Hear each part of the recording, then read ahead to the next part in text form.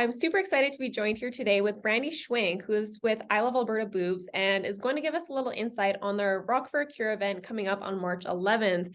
Thank you so much for joining me, Brandy. Hi, thank you so much for having me. I'm very excited. Yes, I am as well. So can you start off by telling me a little bit about what I Love Alberta Boobs is and what the Rock for the Cure event is all about? Sure. So back in 2009, me and some friends started a walk that was held in Calgary. And we raised money for breast cancer. You had to raise money to participate. Then they ended up canceling it a few years later, and we had gotten really good at fundraising. So we decided to just keep fundraising and not do the walk or anything else related with that. And I met my co-founder there, Rebecca, and she was a survivor. And we just wanted to keep helping, watching her go through all her treatments, all of that stuff. We just really wanted to reach out to people directly. We ended up losing Rebecca. She lost her battle in 2017. And that's when I kind of realized we need to help local women specifically, not. I mean, we were funding clinical trials before, so we were helping out, but it never felt like we were actually touching people. So we decided to just give our money to local families who are currently fighting breast cancer. And we started doing that, I guess it would have been the end of 2017, beginning of 2018. And we help 8 people a year, and we've actually increased it now to $1,000 per recipient. So that's usually our goal for Rock for a Cure, is to raise at least 8,000 or more. The more we get, to give back to families in Lloydminster. I'm so sorry to hear about your friend. And I know breast cancer is actually way more common than most people think it is. So I think it's definitely a market that needs to be thought about a little more. And I'm really happy that you are doing that. So can you tell me a little bit about what's going to be at the Rock for a Cure event? Is there live music? Is there going to be any dancing, anything like that? Oh, yes, all of the above. Yeah, we had our 10th anniversary in 2020, right before everything shut down. We snuck it in just before, so that was amazing. And it's honestly, you said you're new to Lloyd, so you probably don't know, but it's honestly the best time you're ever going to have. So I hope to see you there. But yeah, we have a band coming from Edmonton, Chronic Rock. They are phenomenal. Female lead singer, and honest to God, she can sing just about anything, not just rock. So there's pop, probably a little country.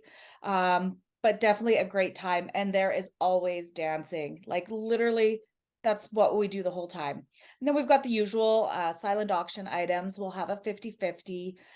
We may do door prizes. It's going to depend on what kind of involvement we get from the community with that. And then we always have a midnight lunch as well. So what kind of prizes are you guys offering at the auction? Can you give us a little sneak peek on that if you know? Well, I do know for a fact that we have one, maybe two, I'm not quite sure, Michael Kors purses. So I typically have to stay away from that one.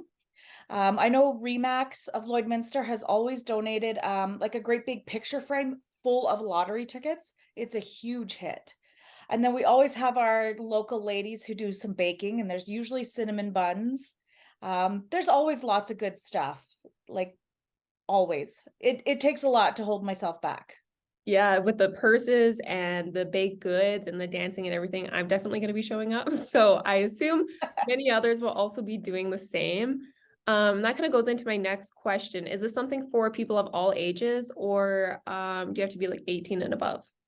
You actually have to be 19 this year because we have moved it to it's the old Wild Rose, but it's called Nissan Hall now. So it's on the X grounds on the Saskatchewan side. So you do have to be 19 and up. But it is good for any age above that. We've had some younger people there. We've had quite a bit older people there, and then everybody in between. But it's a great time no matter who you are, because they do play music, like I said, like new and old. So there's always something for everybody. And for the people that maybe want to attend the event, do they have to buy tickets online or reserve a table, or how does the process go for that? Yeah, so this year we're just doing it via text or phone call. It was easier than trying to set up a platform online again. We had glitches with it a few years ago. So basically all they have to do is call or text me. My phone number is everywhere, but I can tell you again if you want. We do have reserved tables of 8, and there is only 2 of those left. And I even added more already. So things are selling out quite quickly. We have we're about 80% sold out already, and it's only January. The community support is obviously phenomenal then, by the sounds of Oh, it. yeah. Yeah, we've had people wondering when we are coming back full in person, and I said, just give us some time and we'll do it. And now we're doing it, and everybody has been like calling constantly. Yeah, this year sounds like it's going to have an amazing turnout. And do you have a goal of how much money you want to raise for this year that surpasses the past years, or what do you guys have in mind for that? My goal this year is 15,000. I haven't worked out the numbers, but then we could definitely increase our donations per person. And it gives us a bit of a cushion to work with too. So if we ever come across someone, who's maybe not made it into the application process, but we know is struggling or really needs help or whatnot, we like to be able to have a little bit extra to help out where and when we can. All right, thank you so much, Brandy, for giving us some insight on this Rock for a Cure event. It sounds like it's going to have an amazing turnout, and I'm excited to go check it out for myself. So thank you so much for giving us that insight on that. Yes, thank you so much for having me, and thanks for spreading the news for us. Yeah, no worries. Thank you.